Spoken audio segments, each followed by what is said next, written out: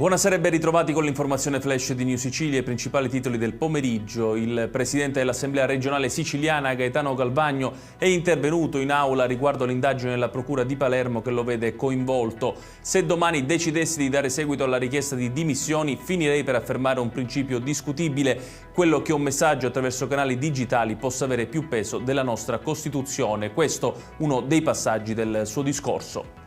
E rimaniamo sull'inchiesta della Procura palermitana che vede indagata anche Marcella Cannariato, vicepresidente della Fondazione Dragotto, che nel pomeriggio si è dimessa dal Consiglio di indirizzo della Fondazione del Teatro Massimo di Palermo.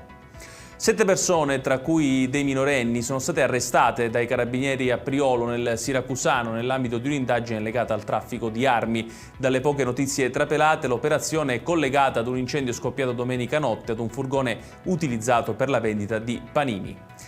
Un pulmino con a bordo un gruppo di bambini in via Ruffo di Calabria a Palermo si è cappottato a seguito della rottura dei freni. Una bambina con un sospetto trauma cranico è stata portata all'ospedale di Cristina, una seconda è rimasta incastrata nel mezzo ed è stata liberata, fortunatamente senza ferite gravi.